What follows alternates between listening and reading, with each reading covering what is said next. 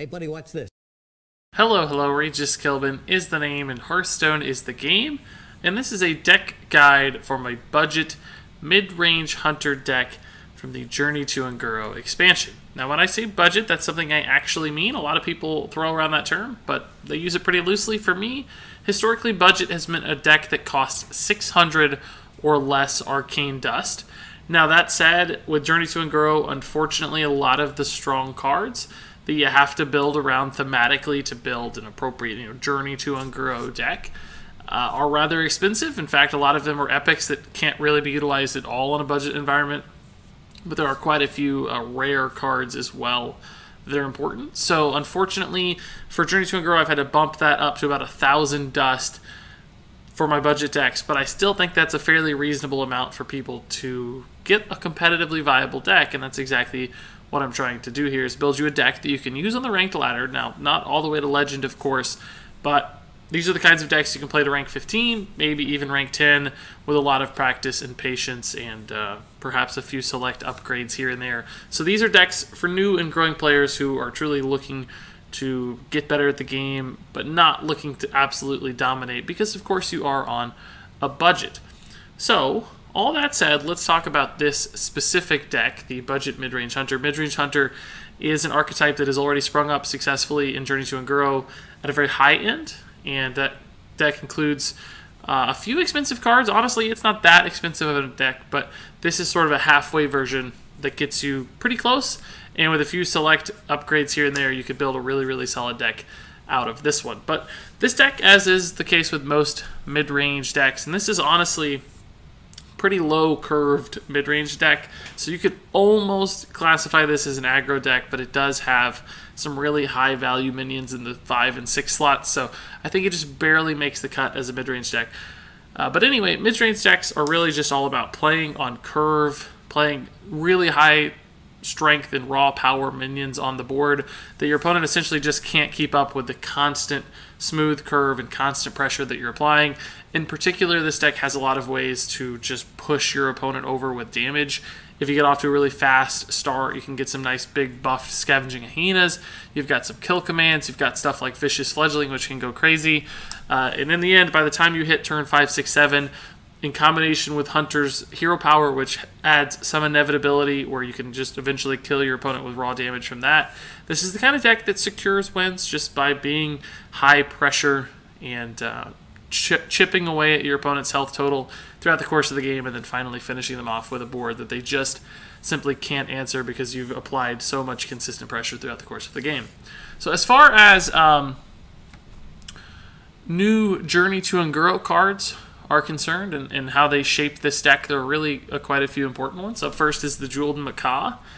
This is great for two reasons. First, it's a 1-drop, which is really important in Journey to Aggro Midrange Hunters now because of the card Crackling Razor Maw, which is just an insane turn 2 play. If you can develop a minion that sticks and then play Crackling Razor Maw on 2, the fact that you can adapt those minions that are already active on the board can just do stupid good stuff. It can give them +3 attack to crunch a lot of damage if they don't have a ping effect.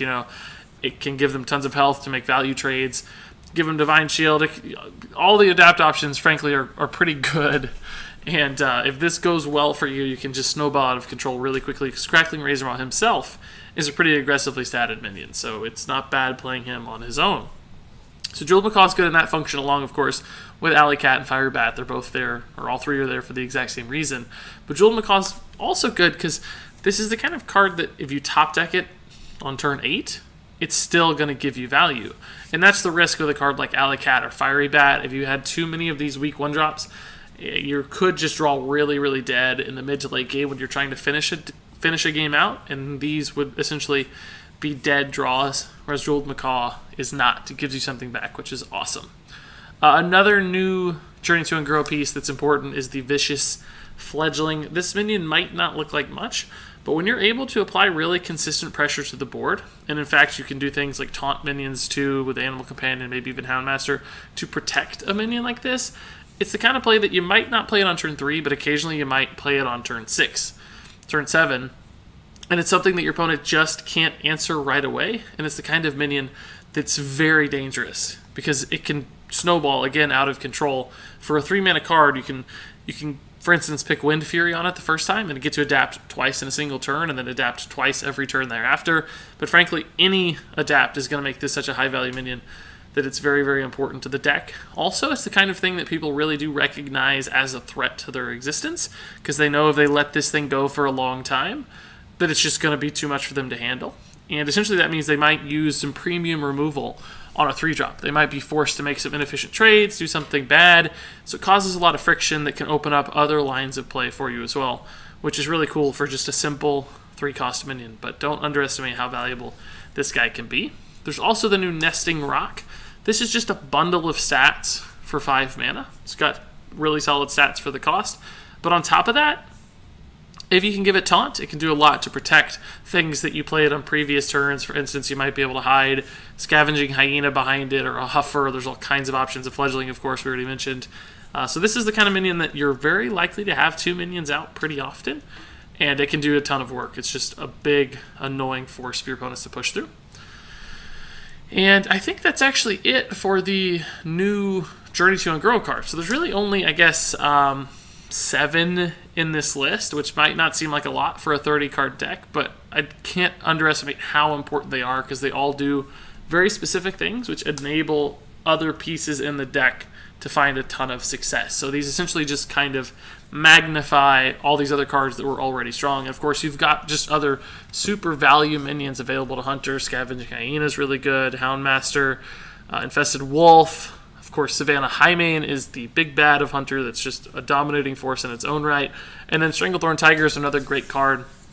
The fact that these are stealth is really important, because there are a number of different beast activators in this deck with things like Kill Command and Houndmaster. Having a beast on board that you know is most likely going to be there 99 times out of 100 can do a lot, not to mention the stealth minions that stick on the board often mean 5 damage going to your opponent's face, which can do a lot too. So they're really high value minions you should, again, not underrate simply because they're old classic cards. It doesn't mean Stranglethorn Tiger's bad. It actually fits this deck really quite nicely. All that said, this deck is a pretty cool, tight little list that's not all that far off from the deck that the big boys are playing, the expensive version of the deck. So I think if you're looking for a budget option, you want to play Hunter, you like this style of play, this is going to be a good list to get you started. And to prove that, let's go ahead and take it out onto the ranked ladder to see it in action, because that's the best way to learn a deck. So hopefully we can learn a little bit about the mulligans, about lines of play, general strategy for the deck, matchups, play 4 or 5 games maybe, and give you a good feel for what this deck can do. Now I have to say, as I mentioned previously, this deck is really not designed to go all the way to Legend.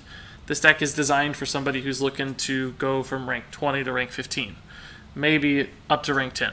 So the fact that I'm already playing at rank 5, and this is still relatively early in the season, means that we're going to be facing a competitive environment that is probably just a little bit beyond what this deck is designed to handle. And that might give us some trouble, right? We're playing really refined decks against great players. So there's a chance here that that this just goes poorly and we lose 3 or 4 straight games. I don't want you to consider that a sign that the deck is a failure. The deck is valid, it's internally consistent, it has a really smooth curve, it has good minions. This deck can win games, so don't fret if that's the case. But there's a chance we win some games too, because any deck, even if it's not perfect, as long as it's consistent and good, can still pull out victories. So as far as the mulligan is concerned here, there's a really interesting play we can try where we coin out the Scavenging Hyena and then adapt it with the Crackling Razor Maw. There's a chance we, for instance, give this like 5 health and our opponent just cannot deal with it, and then we get to trade the Razor Maw into something and get tons of value. And the Animal Companion is a good follow-up on 3 to that too. So this might be the kind of thing that gets Jade clawed to death. So it's not necessarily the perfect open, because that kind of leaves us with a dead turn 2. That's the really only risk. And oh, well, never mind. I was going to say, if it's a Jade Elemental Shaman, there's a good chance he does run Jade Claws. But since this is, in fact, a Murloc deck, I think I like this play a little bit better. This is much more likely to survive at this point, because he's not as likely to have that particular answer to this minion. He's going to be looking to develop minions of his own, not... oh, that's a good answer, too. That makes this a little bit sad. This is actually a good play. We definitely don't want a Novice Engineer. This is in the deck just to give you some last-minute outs if you're doing things like looking for kill command for lethal. So Fire Bat will be fine, and I'm going to go ahead and use this tracking simply to find probably an on-curve play. Deadly Shot is not going to be helpful in this matchup because it's all about swarming the board with little dudes because it's going to be a ton of Murlocs. Vicious Fledgling is fine, but we have a good turn 3 and a potential turn 4 here, but this is another good turn 4. So part of me wants to just grab the Infested Wolf, but this is the kind of card that could be problems, but I like this because the Death Rattle 1/1s often trade pretty well into Murlocs, so there's a chance that this guy just gives us more value because it's basically the 3/3 will trade into Murlocs, as will the 1/1 spiders. So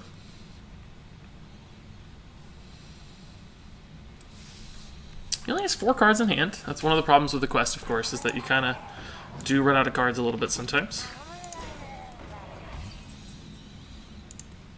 Oh, coining a Houndmaster sure would feel good. There's a chance that the Adapt is helpful, but really this is very likely to kill 2 Murlocs, and we can just play Animal Companion as well. And I think we don't want it to be Huffer. I think we want it to be anything but Huffer, basically, at this point. We'll see. That's actually probably the best option. And of course, I want this to hit the one over here, but either way really is a success. The face is the only bad option, so yeah, that's fine.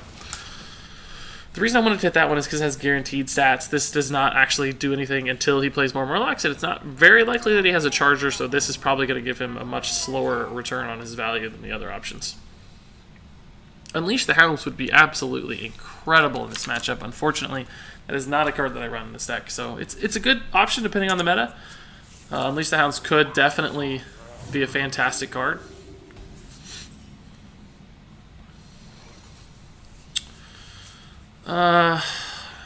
This is a tough line here. This is a 3-attack minion. Truly, it's getting a buff from the Grimskill Oracle. So, I mean, clearly we want to get some sort of value off our guy here. We don't want this to trade in for free, so we're likely to go this way. We could actually kill this. It's giving 3 attack and it's 1 attack itself, so this is actually worth 4 right now.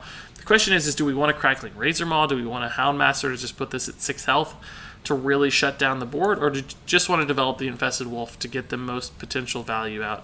And I think the answer is we just play the Infested Wolf and trade into this. This would be a 3-attack minion, so it's going to get to trade back pretty freely.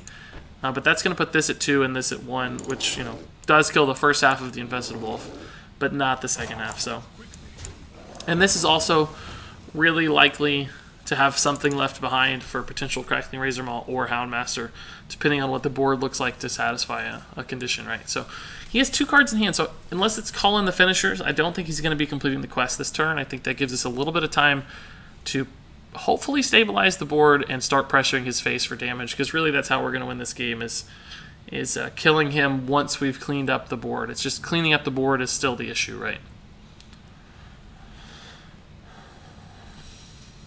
Thankfully, he just doesn't have that many Murlocs. So unless it's like exactly Murloc War Leader, there just may not be a great play. Oh, that's actually a sick combo. I don't know why on earth that took him so long.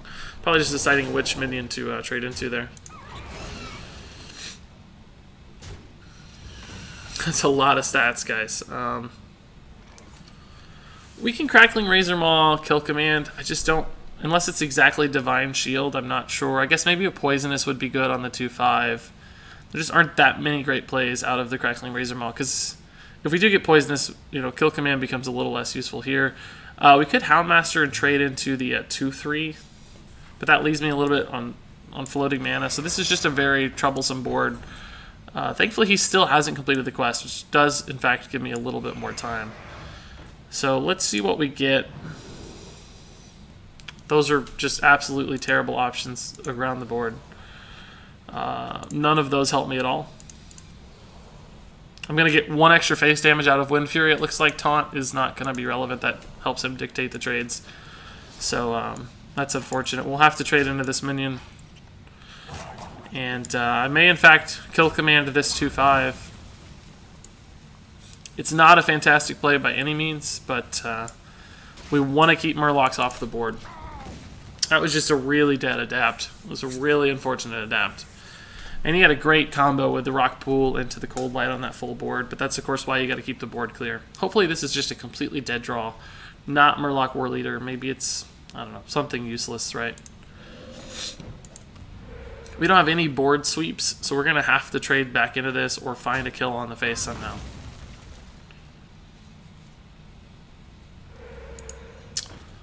It's actually sort of a problem, just because it's so much damage coming in. It's the kind of thing we can eventually deal with. This is a good draw because I can play it with Stranglethorn. We'll take 8 damage to the face, but we'll have a taunt option in the following turn. But let's try this first just to see what we get. Okay, that's fine. We'll play the new one. He doesn't, you know, he doesn't know what this is either. So it doesn't really matter. But still at 8 out of 10, which is important. We can taunt, trade into the Flame Tongue, have a 7/7 taunt. That's probably going to give him some fits. So even though we'll go down to 14 here, presumably, maybe more if he plays something scary. Don't be a taunt totem. Oh, that's so bad. That's such a frustrating result, because now we can't kill the Flame Tongue very effectively, and he gets really high value trades off of the Flame Tongue rolling into our taunt minion. I just can't believe how unlucky that is. There was no other result. I mean, a Huffer here. Huffer saves the day a little bit if it can clear the O2. So we've got like a 1 in 3 chance to fix this, basically. I just don't think that's going to do it, guys. Gosh, he's going to get just insane value off of this Flame Tongue trading in. Just absolutely ridiculous value.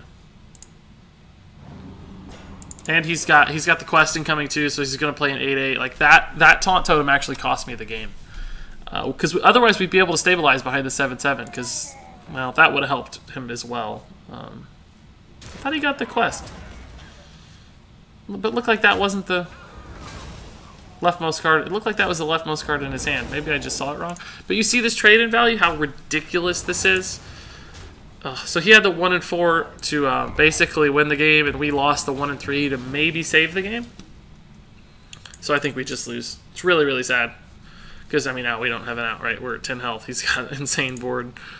We have no draws, so that's super unfortunate. Any other totem, we would have been able to taunt the Stranglethorn, trade in. He would have had essentially not even half as much damage. Way less than half as much damage. Because the way he got to trade in over and over and over again with all those little tokens was just very, very frustrating result. So there's obviously nothing we can do. We'll play it out for fun, but no outs here. We could actually taunt, but you can see how cool this is, but he obviously has the damage necessary to win the game. And a handful of dudes. Oh my goodness, this board. 7 attack Grimscale Chum.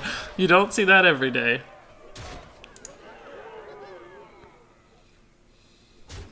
Yeah, that game was within reach. I mean, there was still a chance we would have lost, don't get me wrong. Being able to kill the Flame Tongue Totem was not a guaranteed victory, but we would have essentially had 11 damage on board, actually even more with the Houndmaster. We would have had 15 damage on board. He probably would have cleared the 1/4/4 taunt successfully, but not the 7/7, so we would have had 11 damage on board, and he wouldn't have been able to resolve it quickly. We would have been able to hit face probably twice, so developing more minions means we probably would have killed him in a turn or two, so it was very, very close to a victory. Really just one flip. He won the 25% roll there. I think it was 25%. He might have had another totem out, so it might have been 33%, but I think he did not. So I think that was his one and only totem at that point. So just a little unfortunate. That's happens, though. That's variance. We almost had him, though. Almost. We'll see how the next game goes.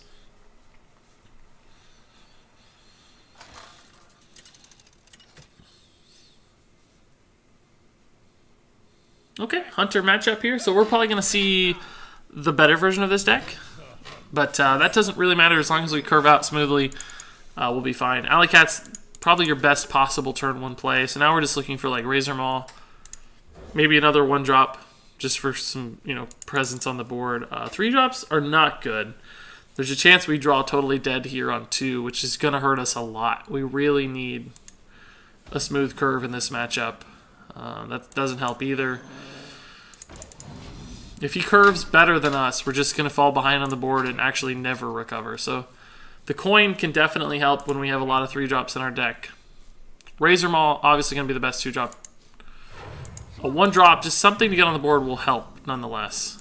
That's a just dead draw. So now we have to just hero power, which sucks, because really that's not the goal. I mean, we want to kill him eventually, but obviously we want to contest the board. If he gets to Razor Maul after trading this in, he's going to get like a 3-5 minion, which is just going to be nuts. Kindly Grandmother's a great addition in this deck. Clearly not in this. I think that's a mistake. I think I would have traded first. He's far more likely to get value on the second half of the Razor Maul than on the second half of the Grandmother than on the first half. Because now it's like, what if you get Divine Shield? But Divine Shield on a 1-1 is not nearly as good as Divine Shield on a 3-2. Now he's just going to pop the Divine Shield against a 1-1. Imagine if he traded, and then he had Divine Shield on a 3-2. I think that would have been a far superior play. The Fledglings aren't really very good here because he gets to trade into it for free, basically. You want to try those when they potentially get to stick around for a while and do significantly more. So we'll just go face here. There's a chance it gets beaten by an Eaglehorn Bow, and that's really, really bad. But most likely he has to trade in the Crackling Razor Maul, which is fine. That's okay. He can still just trade in, and he might trade both ways here. Presumably will, in fact. Fortunately for us, we don't have a beast to kill command the Misha. But this is, I mean, he's at 21. Like, we're starting to get sort of halfway kind of close to thinking about killing him, you know, in the distant future. So there's a chance that we save this. But let's just see what we draw. Jeweled Macaw into kill command is probably the play to clear. But we'll see what beast we draw. That's fine, but it's not going to do the job today. Nesting Rock is likely to play regardless of the fact if it has taunt or not. It's just on curve, and it's our biggest body, so it's going to be a good turn 5. We need him to whiff a little bit here. We need him to like Eaglehorn Bow. Just something that's like a little off curve. He might Houndmaster this, which would be super good. Wouldn't actually trade that well into our Nesting Rock, but it also wouldn't have to trade that well. Turn 6, double Vicious Fledgling. Could line up really nicely. We'll have to wait and see. Should have put the deck list on the screen. I just realized. I may take a short break after this to put the deck list on the screen. But I think it'll be fine. You guys saw the deck list at the beginning of the video, guaranteed. So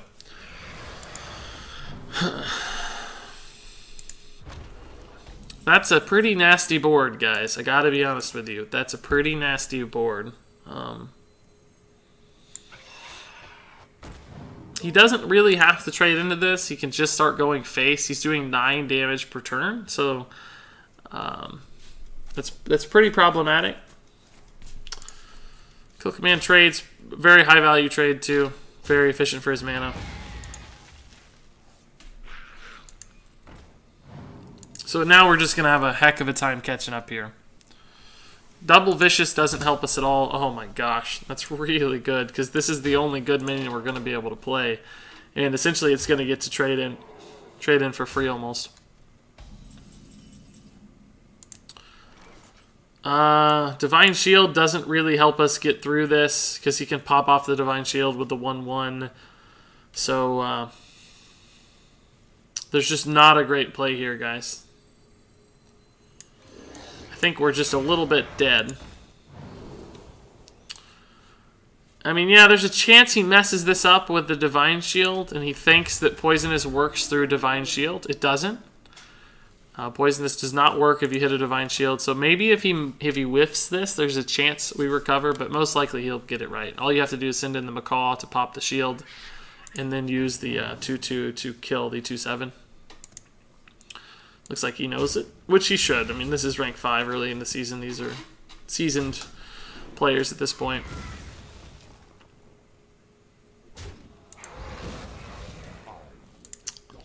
The Houndmaster's gonna hurt my face.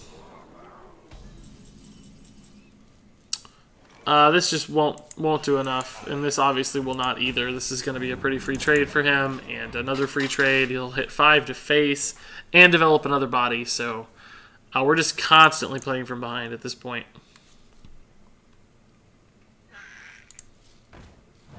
This guy's running like a full adapt deck. I haven't really seen this version of the list. It's pretty cool.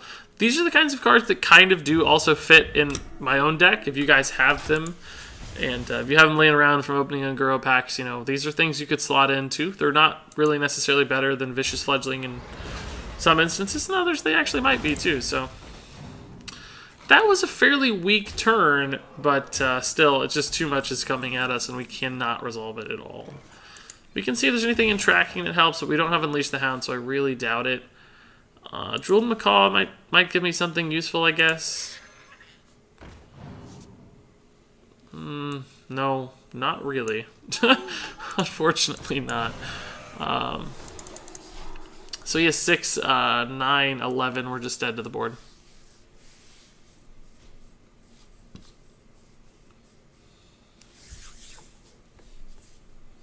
Yeah, so missing the turn 2 really killed us on that one. Having something like a Scavenging Hyena would have really put us in the game. Even another 1-drop would have helped just to make sure we continue to apply beasts onto the board. Having the coin probably helps in this deck too because of the abundance of 3-drops to some extent. But you'll note that there are actually quite a few options at turn 2 real quickly. I just want to look and see exactly what we could have had on turn 2 to be helpful in that matchup, just so you know that there is stuff you can play. I mean, there's basically 6 minions, but there's also all these 1-drops that would have been just fine as well. So it's a little bit sad that we whiffed on 2, but anyway, we'll keep going. I mean, I think you can see we're close to turning games in our favor and winning. I think we'll probably win 1 or 2 actually before this is over, before all is said and done. I got faith. I've been playing the deck a lot. It's actually quite good for a budget deck. Okay, this is probably a zoo list, which unfortunately could give us trouble again. But if we get off to a really good start, I think we'll be all right. This 1-2 is a really nice 1-2 punch, but although we could coin into a 4, I kind of want to see if we can hit like another 1-drop so that maybe we can coin 1 into a turn 2 Hyena. Doesn't look like we got it. This is actually a worse hand than we started with, but there's nothing wrong with trying for it, right? Because a 1 coin into a 1 into the Hyena would have been insane if we could have sacrificed them both. Maybe even 3 things with something like an Alley Cat. Imagine that, if we buffed this 3 times on turn 2. Oh my goodness, it would have been, what, an 8-5? Is that right? An 8-5 turn 2 is a possibility with this deck, basically, is what I just confirmed to you.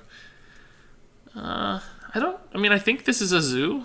That's what every Warlock I've seen so far is, but could be like a handlock, I suppose. I haven't really played against many, although I hear it's popular. That certainly signals handlock.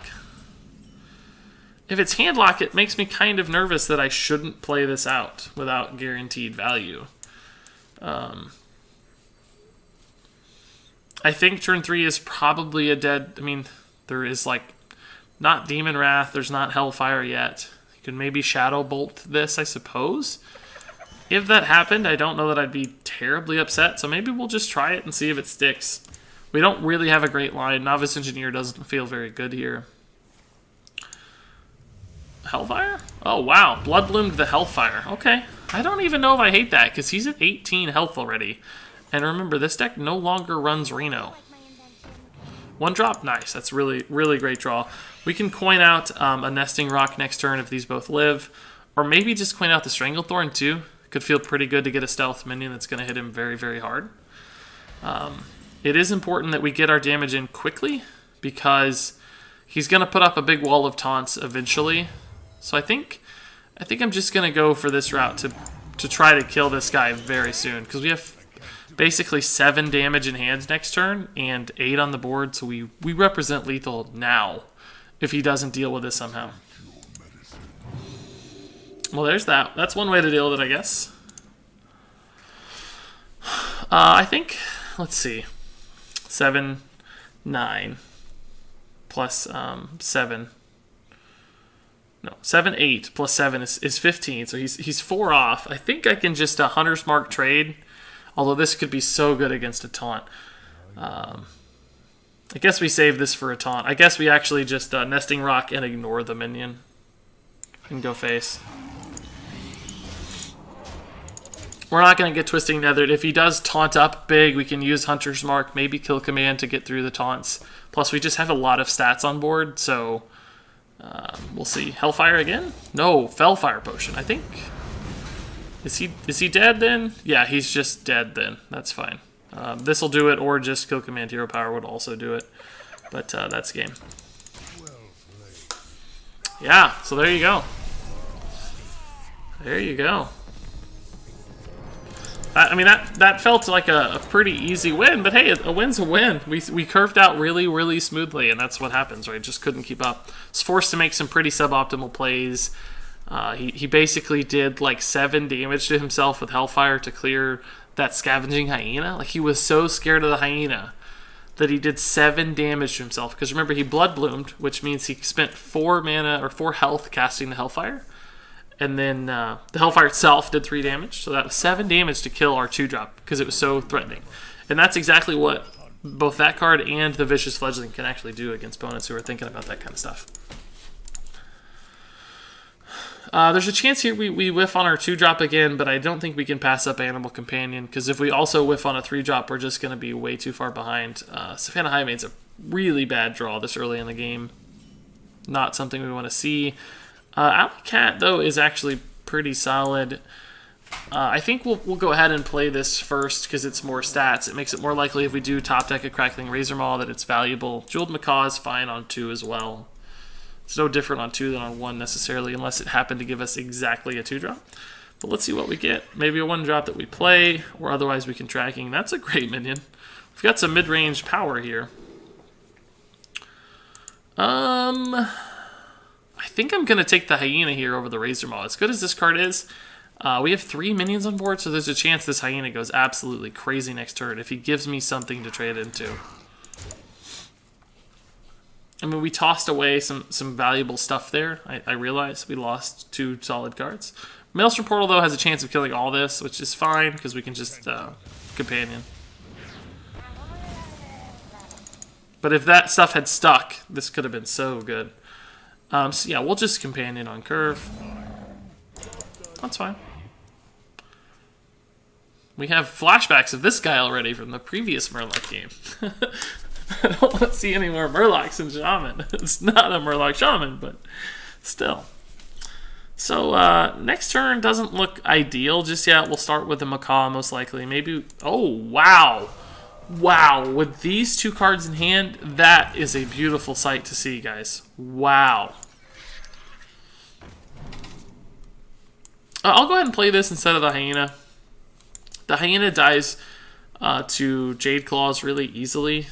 This also actually dies to Jade Claws with the trade, but at least in that regard, it's an efficient mana cost and does kill the minion along the way, meaning the Jeweled Macaw might actually survive. We're probably just going to play 5, 6, 7 no matter what at this point, because these are just sick minions.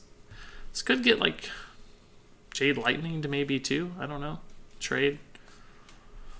But this curve is nuts. This doesn't need taunt, it's just a 4/7. I'll take it. It's like a Super Yeti.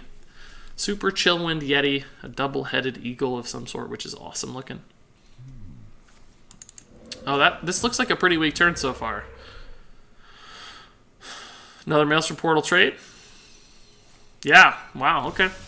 I don't actually mind. Both Maelstrom Portals are gone, so our little guys are getting better every turn. And like I said, we've seen 1 Hex burned. If he burns the second one here, oh my gosh, these guys are going to go nuts. It's not even likely that he has the second one in hand. So.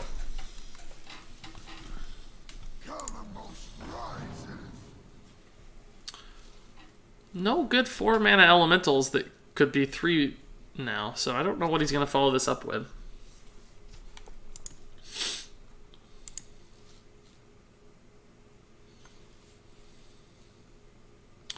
I think we're going to ignore minions and go face with this Nesting Rock, if assuming it survives. Actually, that might be a thing we have to kill. That might be the one thing we kill.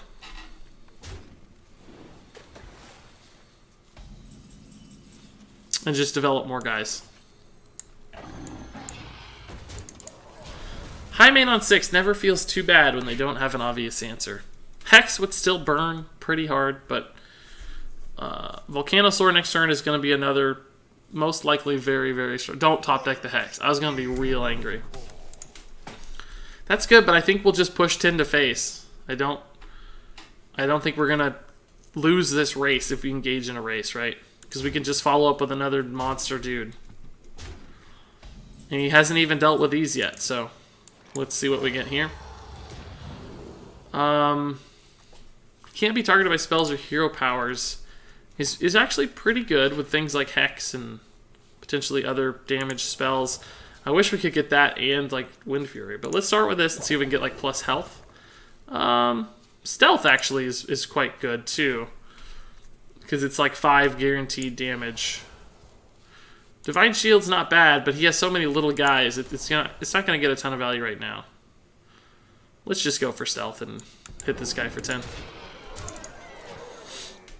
Calamos is a little bit risky, because he could set up some trades if he has exactly Calamos, but that's not... Blazecaller is also sort of good to kill the Highmane, but we'll see.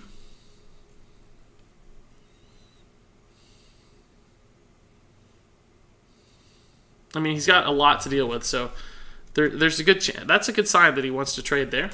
He might be Calamosing after he clears this off, though. But that means that both of these guys live through the turn. And it means he's not using Calamos for heals, which is important to me. Does he run Lightning Storm? He does run Lightning Storm. That's a pretty good play, too.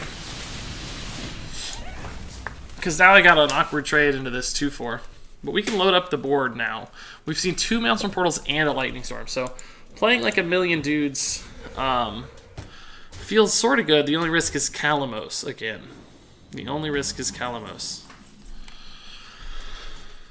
So none of my guys are going to die, so I can't make a huge Hyena right now. I think I'm going to start with a Novice Engineer to see what I draw. If I get like a big Stranglethorn Tiger or something, I could play that. Houndmaster is also pretty sick.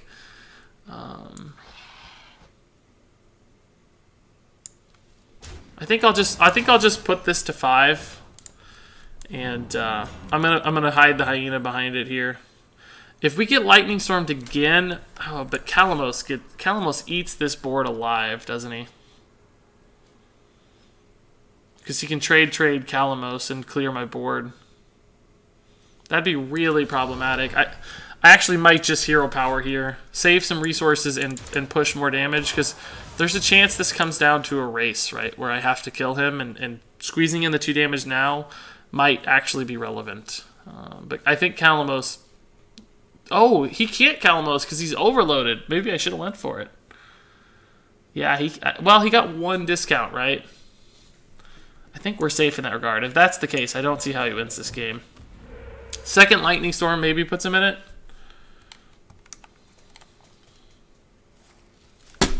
Wow, that's so frustrating. He had all 4 pieces of his AoE removal in the top 13 cards. That's really unfortunate for us. Really, really unfortunate. I'm going to try to draw into some answers here. I mean, we can go super wide on the board if we want. Alternatively, we can just play the Stranglethorn Tiger for damage. We have 7 next turn, most likely. He's only showing 3 on the board, so he's not threatening me unless he Bloodlusts, maybe. That's so unfortunate, though. All 4 pieces of his AoE removal. And it really answered great boards every time.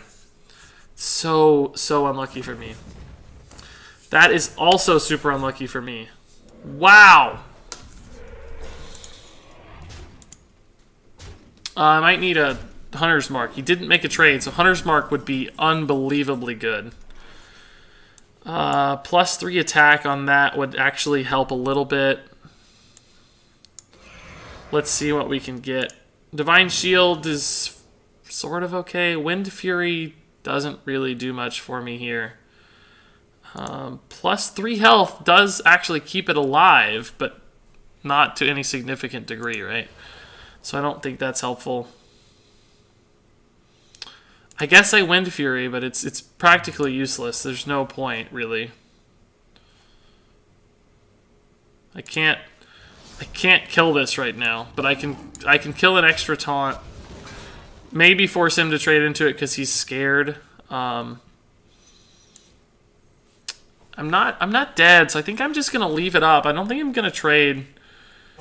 But I mean, if he gets Calamos, I guess screw me, right? Like, what chance do I have to win the game ever?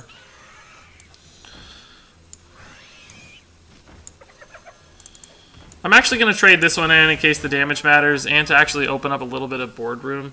Could take this to a 4-3, but it just dies to the trade again. So I think I want him to trade this way. Man, I don't think he can Calamos. I don't think it was in hand to get the discount. So I think it's unlikely. Oh, that's scary. Are we dead? I think he's just trading again. That actually kind of sucks, because he didn't have an obvious clear. He would have had to send 2 minions usually. I'm just trying to buy time right now, though. Which, it's working. I mean, a top deck kill command is going to put me within 1 turn of lethal at this point, so that's a shot. I'd love for this guy to hit face with his ping. That'd be sick. We also need to dodge a Calamos heal. Like, there's a lot of stuff happening. I don't think the taunts are going to matter. I think I have to draw exactly the right cards soon. Or, actually, I'm just dead, it looks like. Yeah, we're just dead.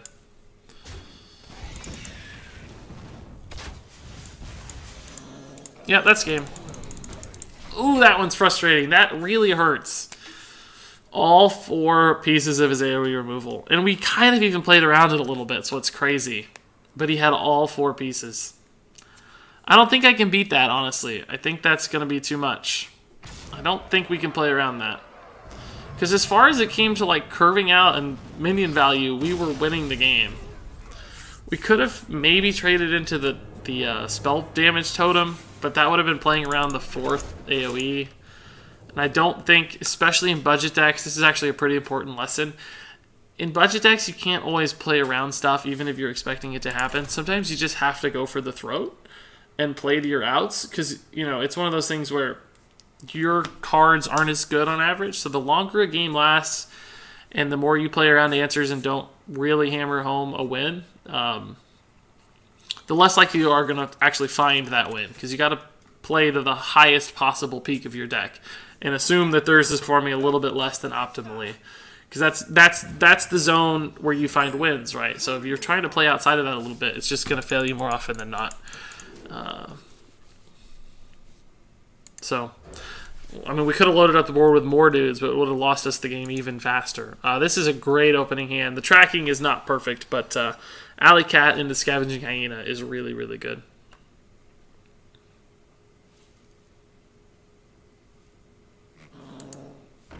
It sucks that he got it out first, though, unfortunately. Because he's going to trade and deny my...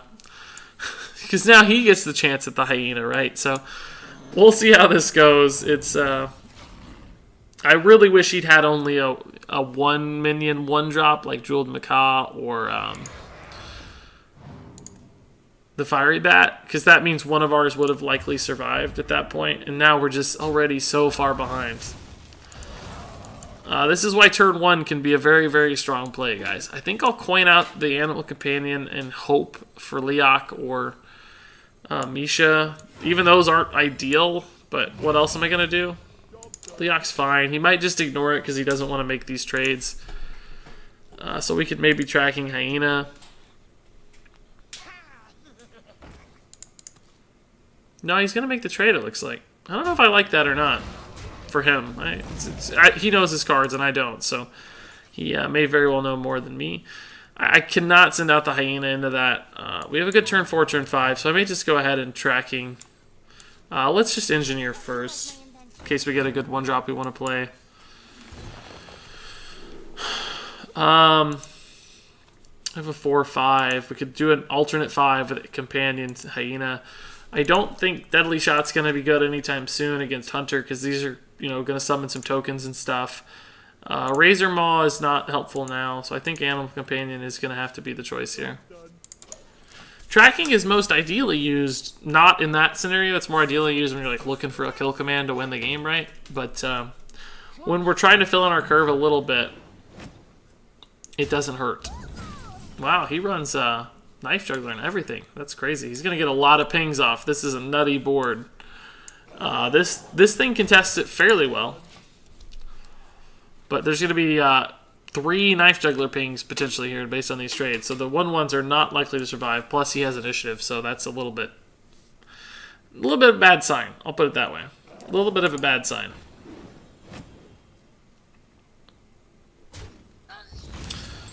That Death Rattle thankfully does go off first. In fact, both of his Death Rattles go off first. So it's going to help a little bit on that first trade. Not on this one. He may still get the ping he wants. Yeah, so I don't see a way to come back from this, guys. To tell you the truth, I think we're cooked. I think we lose when he has 10 damage on board and he's a hunter and clearly has a very aggressive curve too. I think we would have won this game if we were not on the coin. I feel like I'm making a lot of excuses which I shouldn't do because it's not really necessary. It seems like we've gotten a little bit on the bad side of luck, and I'm a tad sad about that because this deck is actually a really good budget deck, and I wanted to showcase that. So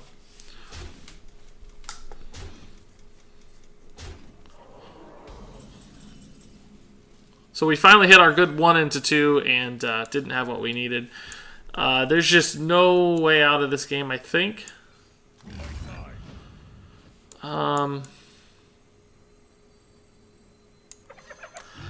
I think this has to die, and this has to die, but he still has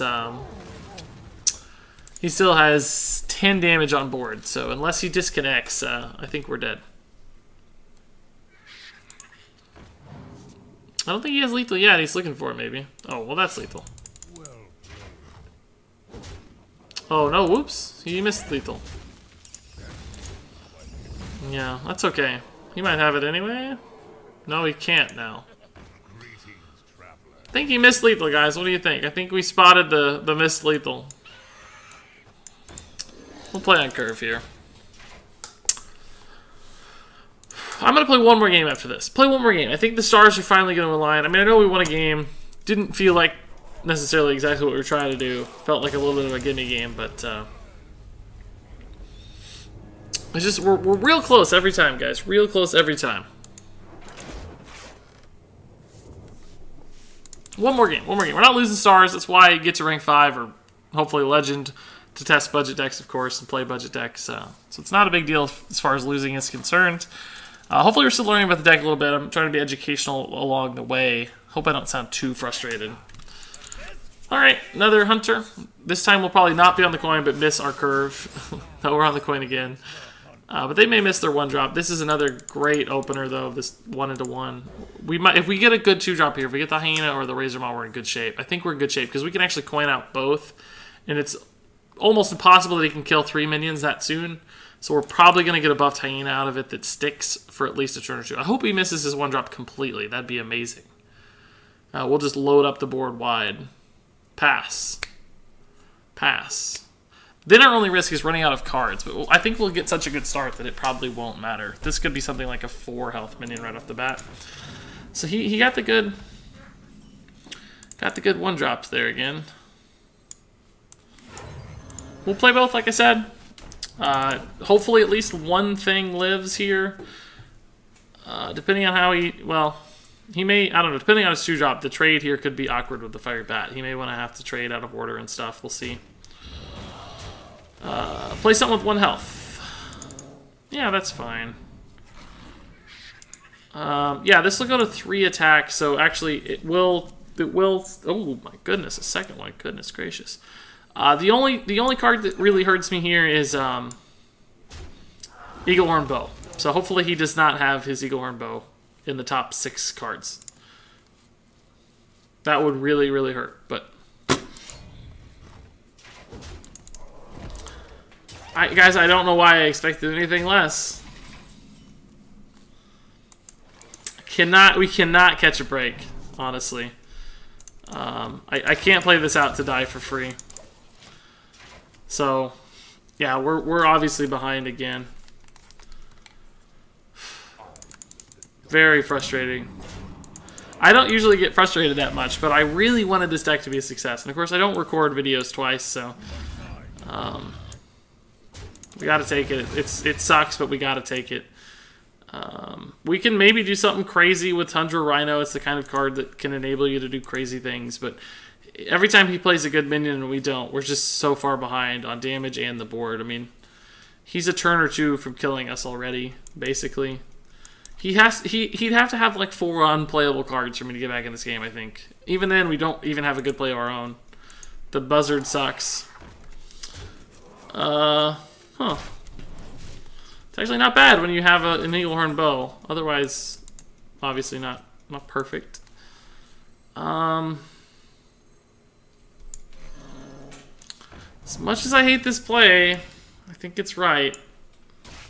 There's a chance these live and we get a big hyena, right? Maybe we get like a Houndmaster with it and that puts me in the game. There's outs. It's not over yet. That was a pretty weak turn for him, the Silithid Swarmer. A high main would really, really hurt. Because it'd probably be able to trade into our hyena quite effectively. Nesting Rock, probably still too good. 7 mana would be much better than 6 with the Rhino, but we'll see.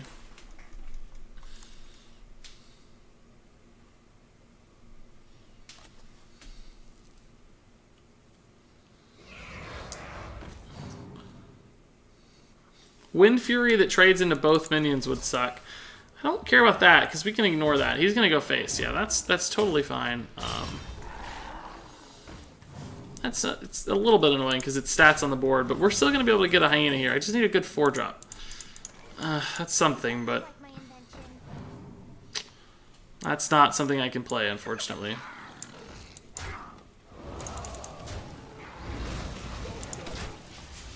So if this somehow lives, there's a chance. Because maybe we could trade Tundra Rhino. This is probably inactive. That's a dead card. That's a slow dead card. There's a chance we can still get out of this. I mean, we don't have any health is the problem. Oh my goodness. That helps a lot.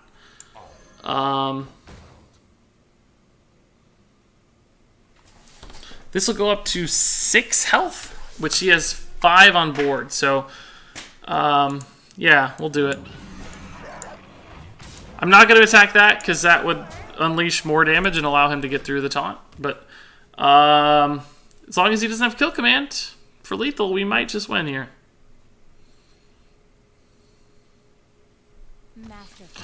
Woo!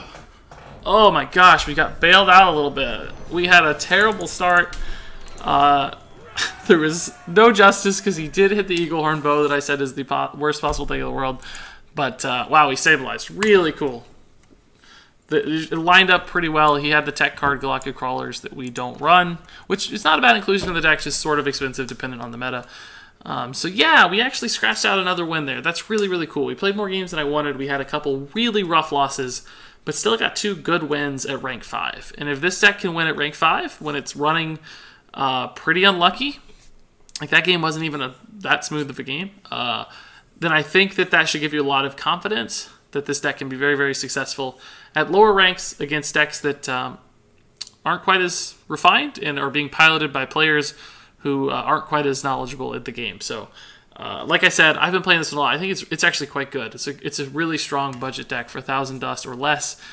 You can do some really cool stuff with this deck. So go out there and give it a shot. All that said, if you have any thoughts, comments, questions about the deck, the way I played it, the deck list, leave them in the comments below. I probably won't be able to answer you directly, but I have a great community who will offer tons of answers and discussion for you, so it'll still be a rewarding experience for you. And until then, thank you so much for watching, and until next time, game on.